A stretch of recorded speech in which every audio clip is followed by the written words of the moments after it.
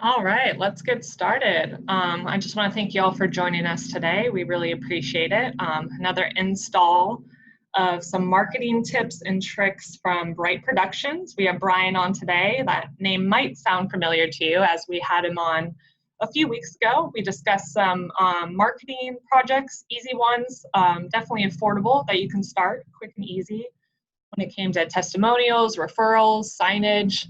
We dabbled in a little bit of ads and social media.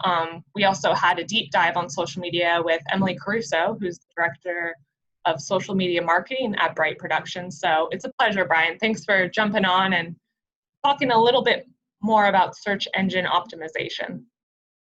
Thank you very much, Jamie.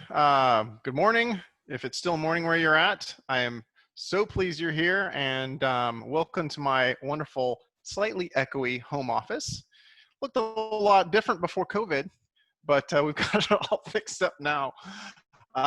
As Jamie mentioned, my name is Brian Petro. I run a little ad agency. We've been around for 25 years, and I'm hoping to help you with some information about search engines.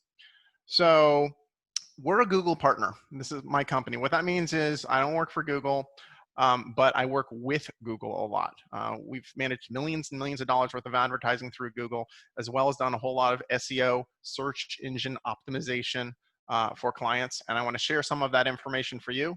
Now, one of the challenges in putting together a webinar like this is that I realize that there are a lot of different levels of sophistication with all of you. So what I want to do is both do some high level, broad approaches of some general things, which frankly, a lot of you probably are aware of, but hopefully there'll be a few items in there you haven't heard. And then also pick some specific areas where we're going to dive in a little deeper. So there should be something for everybody. I know Jamie is manning the chat. So if you have a question, you can chat that in. I think she's going to hold those to the end, and we should have some time for questions at the end. So what we're going to cover, I'm going to talk a little bit about how Google works in general. And I am mostly going to be talking about Google because that's really the most relevant search engine out there. There are other engines, there is other traffic, but Google's really where it's at. So that's where we're going to be concentrating our time as far as search goes.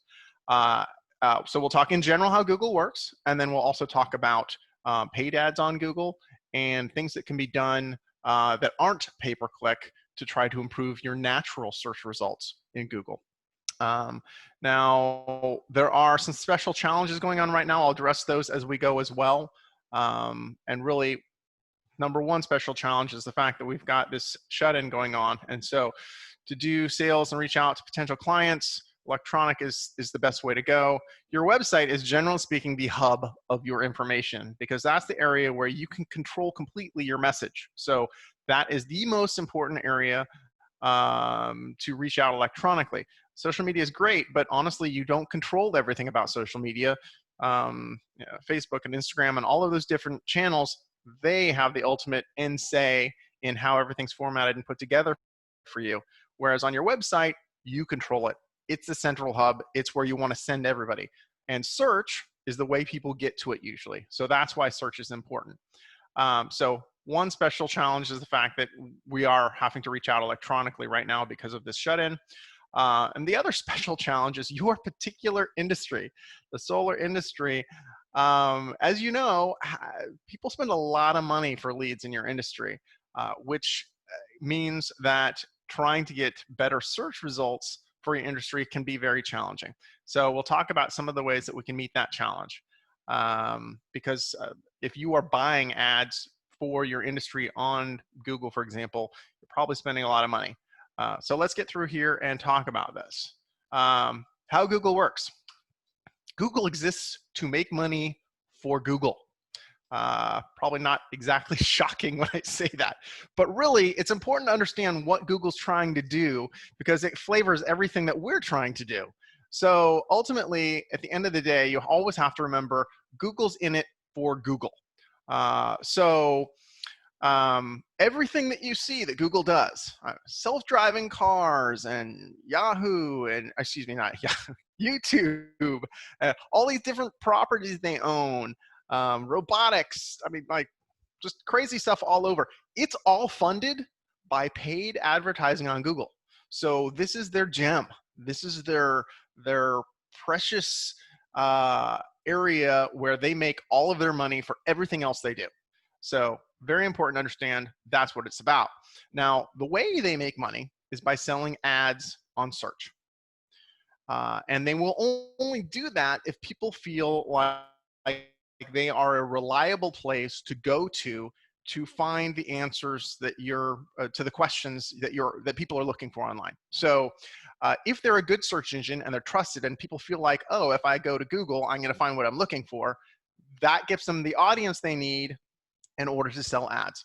If they, for some reason, were felt that in general, they weren't a great place to search for things, then there's going to be less of an audience and there's going to be less revenue coming into Google. So ultimately, in order to achieve their goal of making money, they want to have the best possible search engine out there.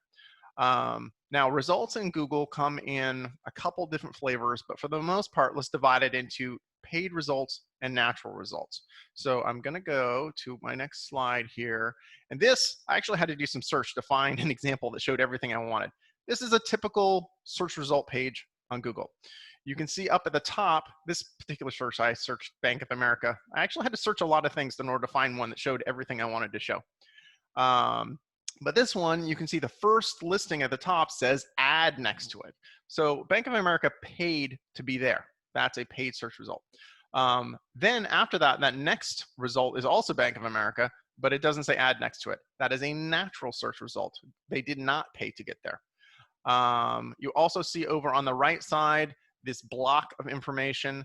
That information comes, well, it can come from a couple different places, but most probably this information came, well, you can see right there. There's a couple different places it gets from. If you're really big, then a lot of times it'll come from Wikipedia. And that's where this came from, this information. It says there on the whatever, 5th line, it says Wikipedia. The other place that this information can come from is a Google My Business account. Now, I mentioned that in my last webinar. I won't have time to go into that now.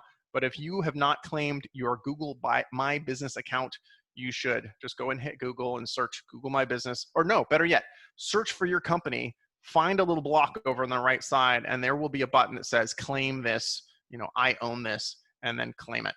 It's a free service, and obviously it would be good for you to control what information shows up on that right block. Then down in the bottom, you've got this map.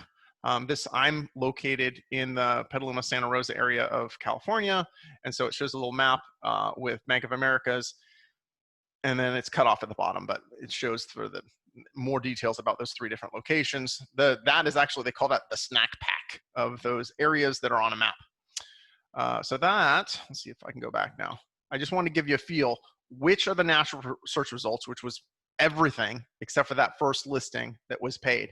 Now, depending on the search that you do, sometimes there'll be 1 paid result on a page, sometimes there'll be 2, 3, 4 paid results, and then everything else is the natural search results. Now, Google tells me, and I've never seen any evidence otherwise, that buying into the paid area does not affect the results in the natural area. And I actually believe them. There are some things that Google says I don't believe, but this particular thing I do. I don't think it makes a big difference. So you can make that decision about if it's right for you to do paid advertising or not, independent of the idea that it'll affect your natural search results. So how does this work? What Google does is Google goes out and looks at every web page they're aware of, which is pretty much all of them, and indexes them. What it means is they grab a whole lot of little pieces of information about each page and store it in their database. It's called indexing. They send a little program out, it's called a spider, to look at all the pages, gather all this information. It is not an exact copy of your website, and save that information. Then what they do, and there's approximately 200 different little pieces of information about each page that Google grabs. Then Google has a program they use to decide when somebody does a search, they look at all of this data from the millions and millions and millions of pages that are out there, of all of the information that they've indexed, these 200 different variables on each one, and decide real time on the fly which page is the best answer to the question. Now that's on natural search results. They use this, it's an algorithm, it's a program they use. Now, that algorithm is private. Well, mostly private. There are some things about that formula that Google is very public about. And we'll talk about this more when I talk specifically about SEO. But there are some things that they are very private about. And there's a reason for that. Google has different interests than you do as a website owner. As I mentioned earlier, Google's interest is making money for them. And the way they make money is by having the best possible search results. Okay, so when somebody looks for something, they find it, that's good for Google, Google makes money. From a website owner's point of view, you want to make money for you. And so honestly, you don't really care if it's a especially good search. You want to make sure you show up. So even if somebody searched something that had nothing to do with you, it certainly wouldn't bother you any if you show up. So there's competing interests there. You want you to show up no matter what, and Google wants you to show up if you're the perfect search result. So because of those competing interests, Google has this algorithm they use to figure out what they should display, and they keep it private. Because if it wasn't private, then you would just reverse engineer their algorithm to have you show up first every time. So that's a little background about how Google works and why they do. So let's talk a little bit about paid search. As I mentioned, everything Google does is funded by paid search on Google. As a matter of fact, not only that, but you'll find that even if you aren't going to Google or to an ad agency and saying you want to buy ads on Google, they still sometimes will end up there. If you have a relationship with a newspaper or well, not that many people work a lot with phone books anymore, but phone books are the same thing. A lot of times, in addition to what they're selling you with their print stuff, they'll also say, oh, well, we're going to get you on Google and the search engines as well. Basically, what they're doing is reselling the same service that I'm talking about. The only difference is they usually they mark it up and they lock you into long-term agreements that Google doesn't. Again, we'll get into that more as well. But the general idea is you are picking a set of search phrases that you want people to end up on your website on if they search in Google.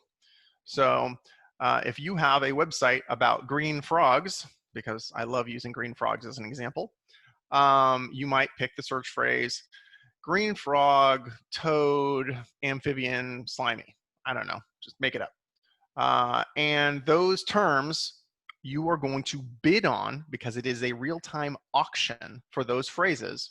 You're going to write up a little ad copy. These are text ads during the search. So someone goes to Google and types in a search, and let's say it was green frogs, and you are going to bid, let's say you bid 50 cents on that term. So somebody does a search, and then Google will look at, this is the paid section at the top of the page, they'll look at everybody who has bid for that term, because there's other green frog companies out there that are your competitors.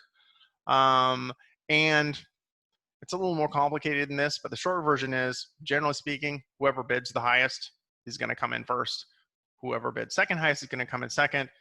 There are some more twists and turns in there, but that's the short version. So if you bid 50 cents and you have a competitor who bid $1 and you have another competitor who bid 25 cents, you're going to pay, again, it's more complicated than this, but roughly 50 cents.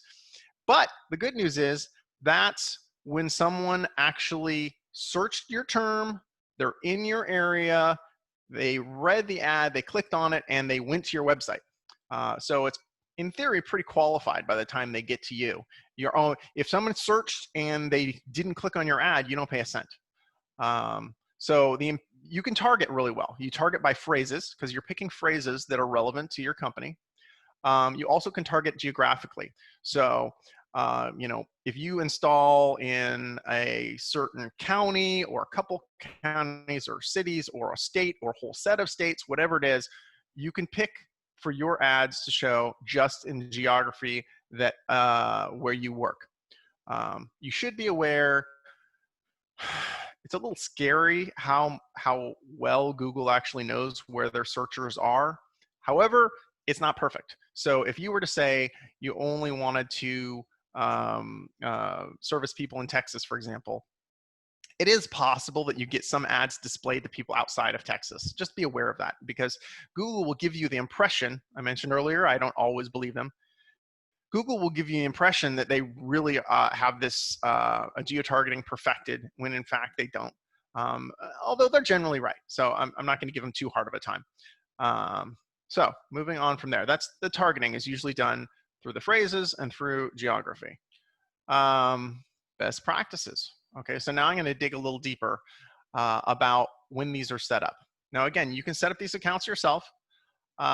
You also can hide. Typically, that's how it's done. It's either you set up an account with Google Ads yourself. That's just search for Google Ads, or you can hire a professional to do it with/for you. Either way is fine. I think with a small budget, it's probably pretty safe for you to play with it yourself. Although honestly, if you try yourself and it doesn't work, it doesn't mean that it doesn't work, period. You might want to find somebody you trust who has done this for a while to give it a try too. It isn't unusual for us to, my company, again, this isn't a sales pitch for us, but in general, professionals, it isn't unusual for them to have a much higher return on investment than when people are doing it for themselves. There's a lot of levers and buttons and wheels to turn to get this thing going. Google, it's kind of the great thing about it and the horrible thing about Google is that there are lots of little details and things that you can use to dial it in, which is fantastic, but it also makes it really difficult to do, at least to do well. And let's say today you had it all figured out. I've got this nailed. I understand everything there is to know about Google Ads. Well, guess what? They're going to change it all on you tomorrow. So it's a moving target. So that being said, if you were to set up, one other thing that's important to mention for if you're doing this yourself, I mentioned that you pick where you want your ads to show. I picked that you pick what phrases you're going after. The other thing is it's pretty easy to set a budget. So you can say that you want to pay, $1 a click or whatever it is. In your industry, frankly, it's usually much higher than that. You also can say, but I don't want to spend more than $100 a day or $5 a day or $10,000 a day, whatever it is you want to spend. It's a daily budget, and Google sticks to that. There is a little bit of wiggle room. I mean, on each individual day, it could be a little high or a little low, but it does come out in the wash, and they do hit budgets because they know people would really be upset if they didn't.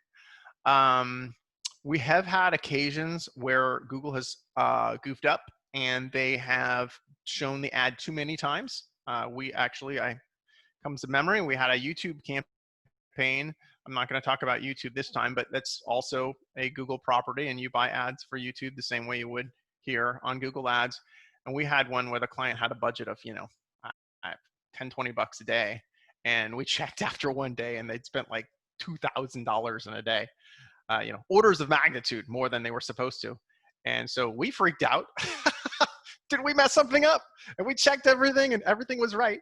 And so we called Google up and they said, oh yeah, sometimes that happens. Yeah, don't worry about it. We won't bill you for it.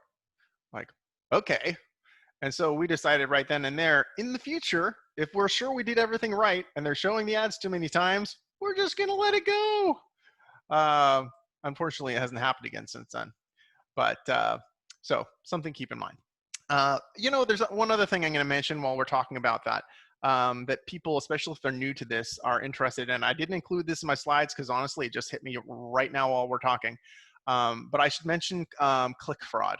Okay, so a lot of people who are new to Google advertising, that's one of the first things they ask about is there some person somewhere being paid? They usually think of a dark room in a foreign country where they've got 50 people in there with 50 computers each just clicking on ads and costing you money. That's called click fraud. And I have not personally seen any evidence of anything substantial at all. I'm not saying it doesn't happen, but again, I haven't seen it. In my opinion, if you go back to Google's driving forces, Google's in it to make money. If that was rampant, then it would endanger their whole business model. So they watch that. As a matter of fact, every month when you, well, they don't bill monthly. That's a whole nother conversation. when you get your invoices from Google, or they just charge your credit card, is usually how it works. They do self audits and credit you back if they think something doesn't look right. And generally speaking, I actually believe them. I did have a client once that had a substantial daily budget, enough that we went and hired an auditor just to check. This was a company that specialized in auditing for click fraud. It wasn't even because we thought there was any fraud out there. It was just this client was spending enough money that it felt like it would be a wise thing for us to double check with a third party. And they looked and they didn't find anything. So as a general rule, I don't worry a lot about click fraud. There probably is some ambient low level of fraud out there. But honestly, there isn't another choice of anywhere else to go. So you end up having to ask yourself, can I make money with this at whatever level of fraud that there is? And it's a yes, no decision. Am I working with Google or not? Because there's no place else to go. You end up deciding I can make money with Google or I can't. So there's my spiel about click fraud. Generally speaking, I don't think it's a big concern. Best practices. So best practices, within an ad campaign at Google, there is a hierarchy. There's the, I didn't turn my phone off the way I should have, so it's vibrating right now, and I'm attempting to turn it off. Or we could just throw it in a drawer. Let's throw it in a drawer. Very professional, I know. There's a hierarchy. So you have your account, and then within the account, they have campaigns, and within the campaigns, they have ad groups. I know these terms don't necessarily mean anything to you, but the important part to take away is that each level is for doing a different thing. One level is for setting geo-targeting, and the campaign level is mostly for setting geo-targeting and budgets, whereas the ad group level is mostly for segmenting by topic. So again, the important part to know is that there is a hierarchy. It's important to understand what that hierarchy is for, and do some research on that if you are doing your own campaign, or reach out to me later. My email address will be on here. I'm happy to help you. So best practice number one, segment by ad group. So what you want to do, let's just pretend that you're an installer. Probably not too difficult for you to pretend that. And you install both PV and water. I'm just making this up. Well, you might have ads that you run that are, you want to segment. You don't want to just say, we do all solar, run an ad for all solar, show the same ad copy, we do wonderful solar, hire us, and then dump all those people on your home page, we do all solar. That's not going to be as effective as, for example, segmenting into two groups. You have one ad group where you're saying, you know, solar panels, photoelectric, those kind of search terms. And then you have ad copy that goes along with those that's talking about, you know, our high quality panels are guaranteed, or we have the best installation of the panels, or, you know, we can do ground mount, blah, blah, blah, whatever it is, ad copy that matches the search phrases. And then you send them to a landing page on your website, if they click on your ad, that is specifically about the PV stuff. It's specifically about panels. And so you follow that all the way through. Same thing with, like I said, let's say you were talking about hot water. Same thing, you'd have hot water related phrases with hot water related ad copy, and land them on your page is specifically about that. You're gonna have a much better return on investment if you follow that all the way through. If you group them all together, what you end up with is somebody may be looking for battery backup, and instead of having all this ad copy and landing them on your battery backup page, you're just giving them all this kind of general stuff about how we're the best at solar, and you land them on your home page. It's not going to do as well, especially if you have a competitor who's doing what I just described and feeding them information just about battery backup. So I'm covering a couple of my points all at the same time. My first point was segment the ad group, and I also talked about don't land on the home page. So if you are going after some general terms, then maybe it's not such a bad thing to land them on your home page. But in a perfect world, you want to have these different topics that you're going after segmented and land them on a page that's about that topic. So I said here, don't land on homepage. Again, you know the rules so you can break it. There are times when it makes sense to do that, but in general, you want to be as specific as possible. One of the reasons you want to be specific, and I'm jumping around here to some extent, is because of your industry. The solar industry, especially those broad general terms, they're going to be expensive. So if you can get the more specific terms that there isn't as much competition, because remember, this is a live auction, the more specific you can get, potentially you can get less expensive terms. And I'll touch on that some more. Set the appropriate search term types. So I'm not going to dig too deep into this, but you should be aware that Google has different types of search terms. So let's say your search term, we'll go back to green frogs, okay? There is a broad match, an exact match, a phrase match, a negative match. There are different types of term matches that you can use on those. And they all equate back to how close the searcher had to be when they were typing their search to your phrase that you're bidding on in order to trigger Google to show your ad. By default, Google wants to use broad match for everything. And they want, if somebody searches for anything remotely like the term that you're buying, they want to show your ad because that's Google and they want to make money. But you can tighten it up. You can go to phrase match or exact match, and you can require that Google say, no, only show my ad if this exact term is used. So just pay attention to search types. Also, I mentioned negative types. Negative types are valuable because you can actually say, but don't show my ad if this term's in there. So for example, the classic negative keyword that pretty much everybody wants is the word free. If somebody searches, free installation, free solar installation, and you have broad match solar installation, that could trigger your ad. Well, that doesn't do you any good.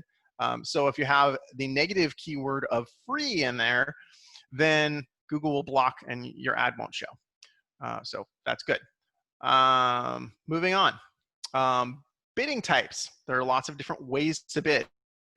So far, I have explained this saying, oh, you bid 50 cents for this term, your competitor bids $1 for this term, another competitor bids 25 cents for this term. It's actually more complicated than that.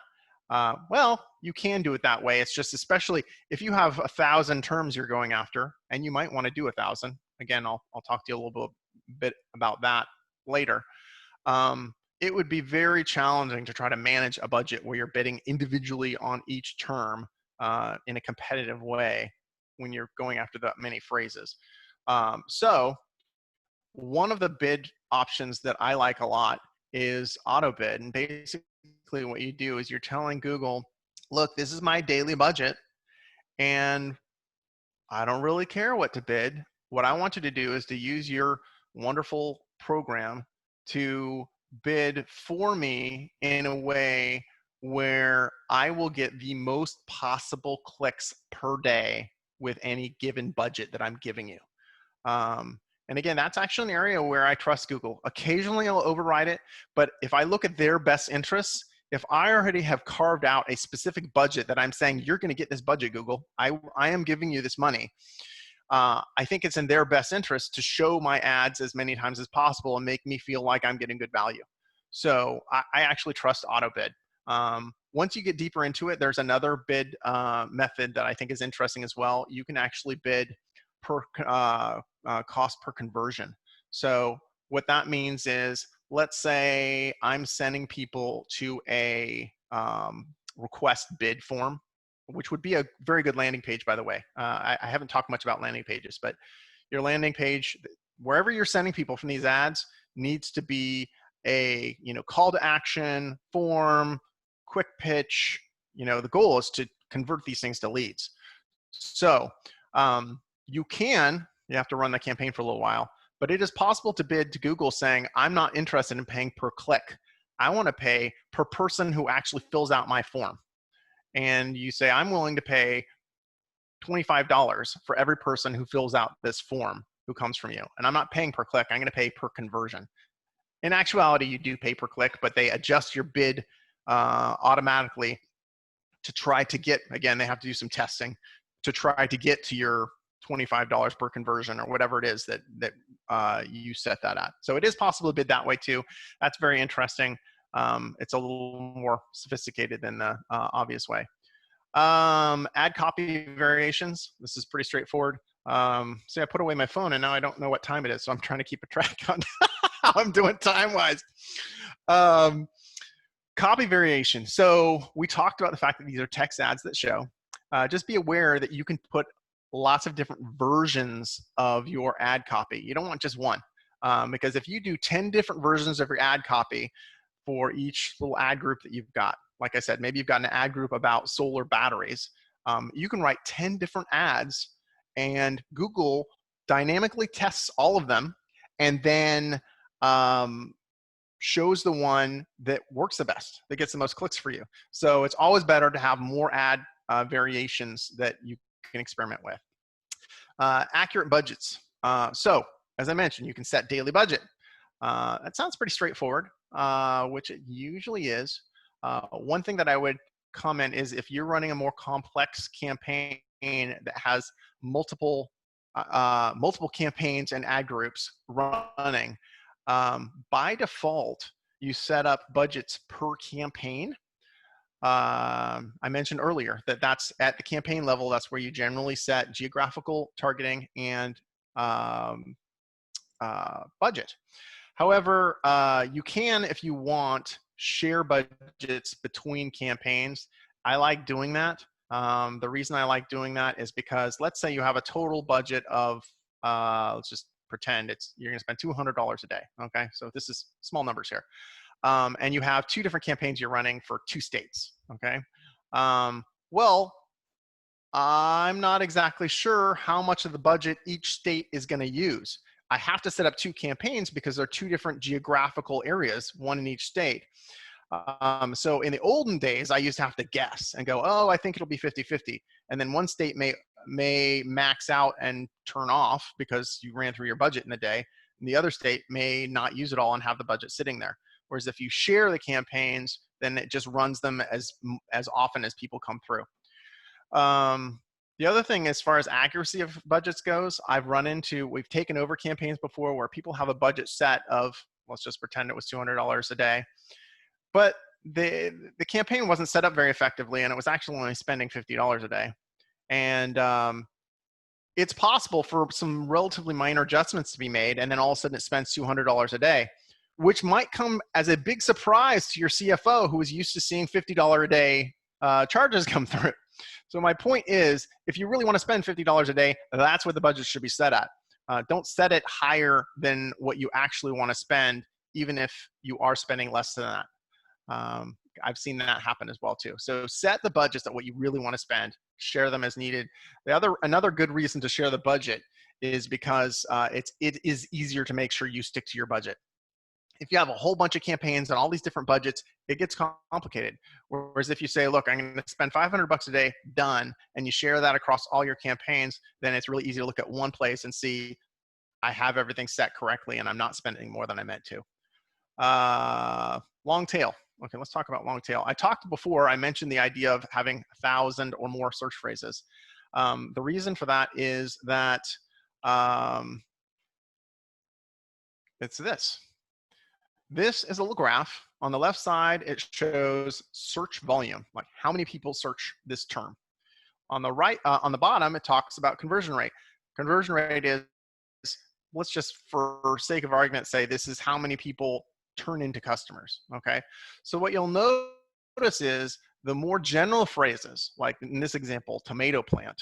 In your industry, it might be solar panels. It gets searched a lot, but it's so general that it doesn't turn into business as often as some other phrases. And what they're not showing here is it's also one of the more expensive phrases to bid on because it's really general and popular. As you move along down the scale and come up with phrases that are more specific, like instead of tomato plant, when to plant tomatoes, what you'll find is, yeah, there's less people searching it, which also means there's less people competing for that phrase. It's probably cheaper to bid on that phrase. And it's more specific. So if your company was selling tomato plants, for example, that seems more likely if somebody's saying when to plant them. Yeah, it doesn't guarantee you they're a customer, but it's more likely they're going to buy than someone who just searched tomato plant. You're getting more specific. Then moving along further down the line, so again, my example for industry, we started out with solar panels. Maybe the midway one might be, I'm just making this up, solar panel installation. Okay, so now we're actually talking about installers instead of just solar panels in general. Let's say that's a mid-range one. Then as you go further, you might have one really specific, like solar panel installation X county, you know, whatever your county is, or ground installation, or something, you know, solar panel ground install. I like the geography ones because I think it cuts out a lot of competitors. And you might say in specific city or even a specific state. Well, now you're getting really specific. It means there's less people searching that. But the people who do are more serious about actually doing business with you. So it has the wonderful mix of both being cheaper per click on this auction and has a better chance of actually turning into customers. So as you see that swooping out to the right, that is called a long tail. And that's why when people are running paid ads, a lot of times they will come up with long lists of very detailed phrases. And it's one of the key ways to try to compete in industries like yours that have really expensive clicks, is to try to come up with some really specific original phrases that maybe other competitors aren't going after. So that is long tail. Let me go back over here. Oh, last thing I just want to mention, voice search is a thing. So starting a couple of years ago, Google was saying that there were more people searching on mobile devices than there were on desktops. And that's old news. I mean, that was a couple of years ago. So as that continues to get more and more popular, we're also seeing a rise of more and more people using a voice search instead of actually typing in a search into their mobile device. You know, on an Android device, it's Google Assistant. On an iPhone, it's Siri. So what's important to know is, well, there's two pieces. One is when you're buying those search phrases, look at phrases that actually people would say into a phone. You know, solar installers, solar contractors near me. Okay, that would be a phrase that would be a good phrase because it's a kind of human search phrase that people would use in a voice search. The other thing to keep in mind is that these online reviews, and I mentioned these in my last webinar, online reviews matter because Siri looks at Yelp reviews when it decides who to give as a search result. So again, I've mentioned Yelp is the company I love to hate, but that doesn't mean that the search results in Yelp don't matter. So you need to pay attention to online reviews. Same thing with Google. Google uses the reviews that they collect on Google My Business. I mentioned that earlier. Those, you need to pay attention to those reviews because when voice search is done, that's one of the things they'll look at. Jumping forward, I'm also going to talk about SEO, but for natural search results, keeping in mind voice search, it's a good idea to have a frequently asked questions page on your website, and those questions, word them the way a human would. So on your frequently asked questions page on your website, have questions like, why does my power go out even though I have solar when the power company turns off our electricity? Okay, so that's like this big long phrase. Obviously, it could use a little polish. But my point is, wording that whole thing out the way a human being might form that question on your FAQ page could be helpful in getting natural search results along that as well. So things to watch out for with paid search, and I'm spending a lot of time on paid search. And I'll explain a little bit about that too. Things to watch out for, really general terms, just talked about that. Third parties, so you can hire ad agencies like mine or the phone book or newspapers who resell these services. Watch out for big markups because it isn't necessary. Watch out for long-term contracts with third parties about Google advertising, because Google, literally, you can turn Google off by the minute, on and off. So the only reason any company will want to lock you into a long-term contract to run Google ads is for their benefit. It's not because Google requires it. So just be aware of that. Watch out for overbidding on ads, because it's very possible that because it's an auction, that your competitor may have gotten carried away with the auction and is bidding too high, which means your the cost per conversion for some given phrase, nobody can make money at that rate. You don't want to be bidding in that. Let them lose money on it. You don't need to. Ignoring your campaign. This is not an invest and forget kind of a thing.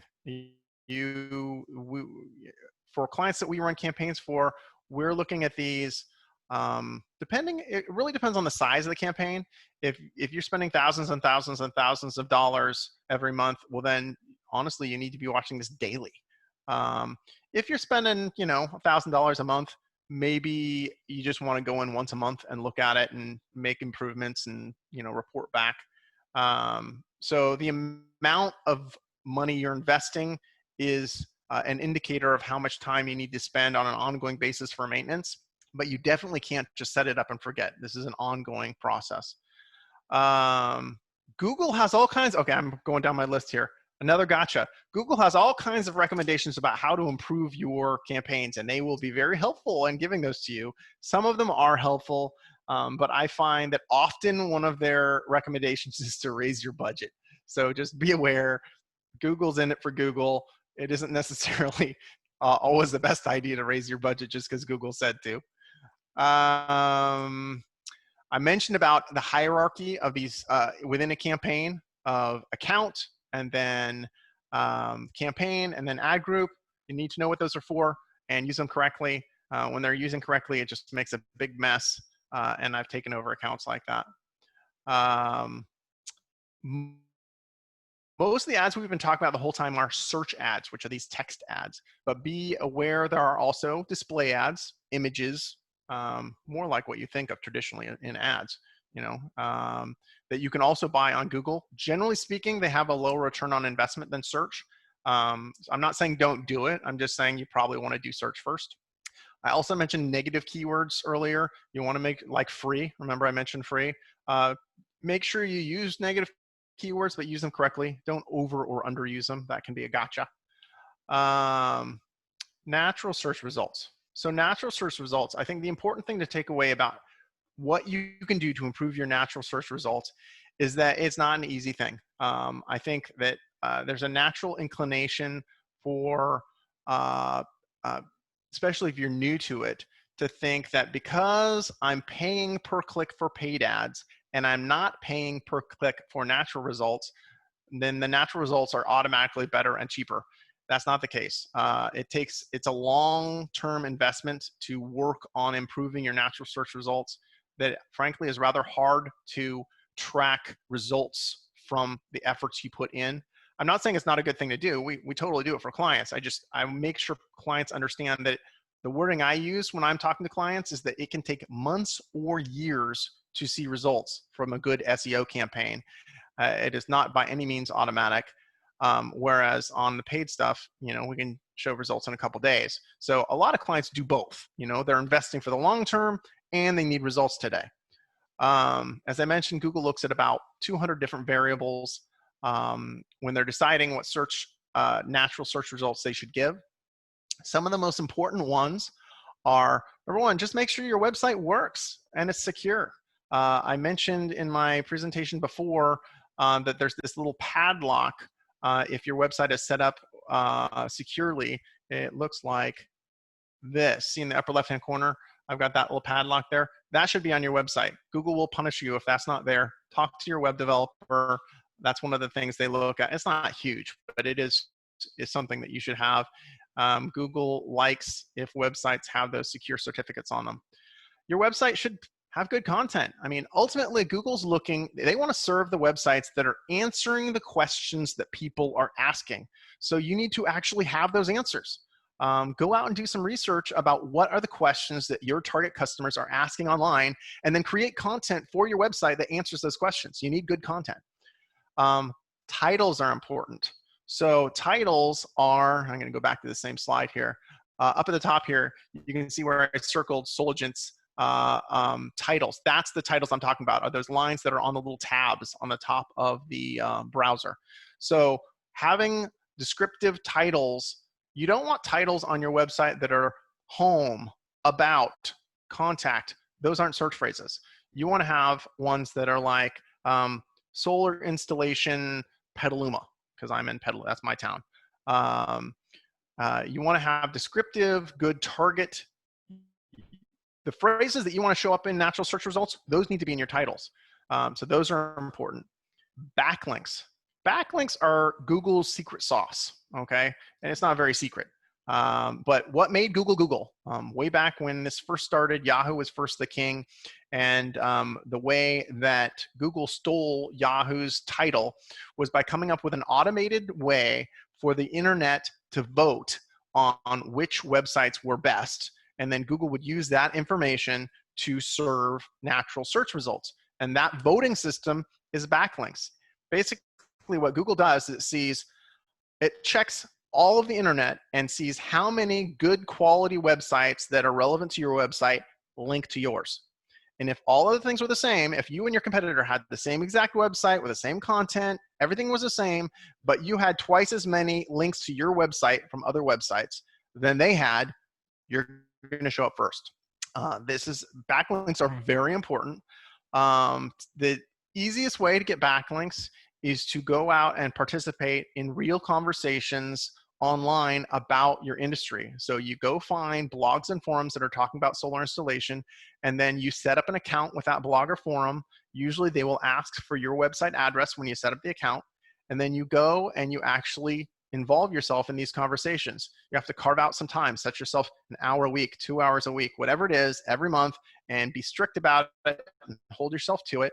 And you can also hire companies that will do this for you. You don't want to hire companies that you're just buying links from. That is actually a bad idea. Google will figure that out. But I'm talking about really being a good citizen, going out and helping the internet with some good information that people are asking questions that they're not getting good answers for. So I think of this like camping, where you want to leave the campsite cleaner than when you got there. It's the same thing with this. We're going to go out to these blogs and forums, and we're going to leave them with better information they had than when you got there. So backlinks, that's actually one of the most ignored areas. This is Google's secret sauce. This is what they do. So working on those backlinks is important. And then mobile ready. Google really cares if your website is mobile ready. There is a Google tool out there. It's like Google Mobile Tester. I don't remember the exact word, but if you search Google Mobile Tool, you'll find it. And it will rate how mobile ready your website is. And if your website does not rate well with their tool, they will punish you in natural search results for that.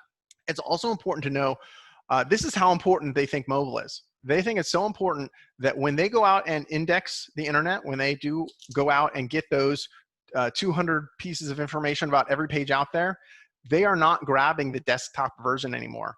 The information they're grabbing is from the mobile version because they think mobile is first. That's how people are searching, and that's what we care about. So keep in mind about that. One last thing about search engine optimization that I'll mention is that local search is super important, especially for you guys in your industry. I think it's very important that you try to optimize for phrases that include your town, towns around you, your state, geographic, because it's a way to separate yourselves from all of the other traffic out there that isn't relevant to you, is by geography. And one of the good ways to improve your local search results is to take advantage of that Google My Business account that I mentioned earlier. So find that account and grab it and use it. We went through that one already. So we covered a lot of stuff here. We talked about how Google works, why they work, what they're doing. We talked about paid search a lot.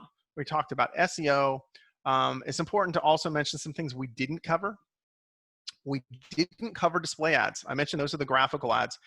That's because those aren't search. And this discussion was about search, but it is possible to buy graphical ads and show them to people who aren't searching for you. That's a whole nother talk I'd be happy to have, but that's not this one. Also YouTube, I mentioned in passing that we have run YouTube campaigns. Video is a fantastic way to reach out to people. And if you put together some, at this point,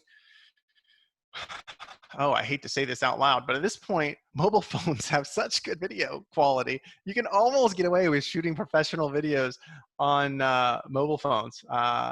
I'm actually seeing that right now on some of these reality TV shows that aren't able to shoot because of the COVID shut-in. I'm thinking of a couple singing ones that my family watches. They are actually shooting stuff that they're broadcasting on iPhones. So that was very interesting to me. So once you put together these videos, again, they need to be professional, but you don't have to spend $1 million on them.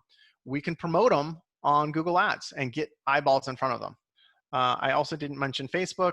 I know Emily did a presentation the other day about Facebook. I'm sure she talked about some paid ads there, but there's a whole area there. As far as hiring a consultant, I mentioned you can do this yourself. You can. I would be cautious of consultants that specialize in SEO, in the natural search results. I don't have enough time to get into it really deeply, but I'll tell you, I've run into a lot of clients who have been burnt by SEO specialists. That's not to say there aren't some good guys out there. I just am saying I would be careful with that. As far as hiring somebody to help you with the paid ads, there's a whole lot of good consultants out there. What I would look at is experience. I would look at if they are certified by Google. They don't have to be. That's a good sign that they have experience. And I would also look at their business model. How are they charging you? The way I like to do it, so this is the way we do it, is for most clients, the cutoff for us is about $10,000 worth of ad spend per month. For anybody who's spending less than $10,000 a month on ads, we just bill our time. And I think that's there are plenty of other consultants that do it this way. So this isn't a pitch for us, but that way the account, honestly, you could fire that consultant. The account is in your name. They don't mark it up. You're paying Google directly on your credit card or having them bill you. And you're just paying them by the hour to run it. I think that's a good way to run a smaller campaign. As it gets bigger, there's a point where you want to start switching over to a traditional ad agency model, which is a percentage of spend. It's usually somewhere between 10 and 15% of your ad spend is what you would pay an agency to run it for you. I think that's a good way to run a bigger account.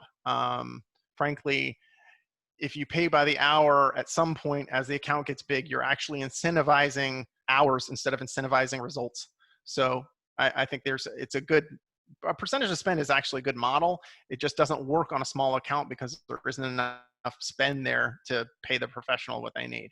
So anyway, that's my spiel about hiring consultants. But again, you can do this with yourself. I would definitely test with a small budget. It's one of the beautiful things about paid campaigns with Google is that you can test small budgets, see what works, and then ramp it up as needed. Jamie, that is what I've got for you. I don't know if there were questions or not.